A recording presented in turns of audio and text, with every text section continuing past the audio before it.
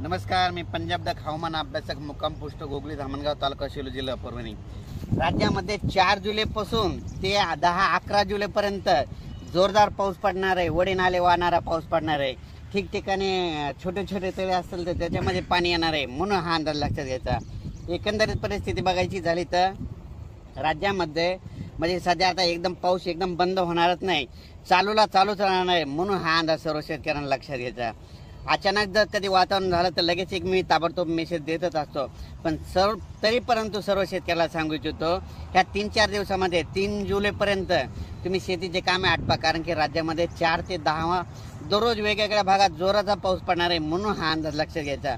आणि योगायोगाने यंदा सांगू इच्छितो की राज्यामध्ये काय झालं की ज्या वर्षी पुरेपूर पाऊस येतो त्या वर्षी नगर जिल्ह्याला जास्त पाऊस पडतो, बीड जिल्ह्याला जास्त पडतो, सोलापूर जिल्ह्याला जास्त पडतो, लातूर जिल्ह्याला पडतो, सातारा, सांगली, कोल्हापूर तिकडे जास्त पडतो, विदर्भात जास्त पडतो, पूर्व विदर्भात जास्त पडतो, मराठवाड्यात जास्त पडतो, उत्तर महाराष्ट्रात जास्त पडतो, म्हणून हा अंदाज सर्व शेतकऱ्यांना लक्षात घ्यायचा। आणि योगायोगाने यावर्षी पुरेपूर मान्सून आलेला आहे, म्हणून पुरेपूर पाऊस आला आहे आणि त्याच्यामुळे यावर्षी चांगला पाऊस राज्यात पडणार आहे, म्हणून हा अंदाज लक्षात घ्यायचा।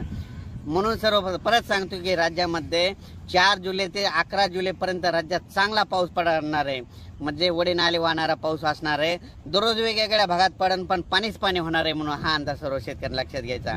अचानक वातावरणात बदल झाला तर लगेच एक मेसेज दिला झाला आहे। धन्यवाद।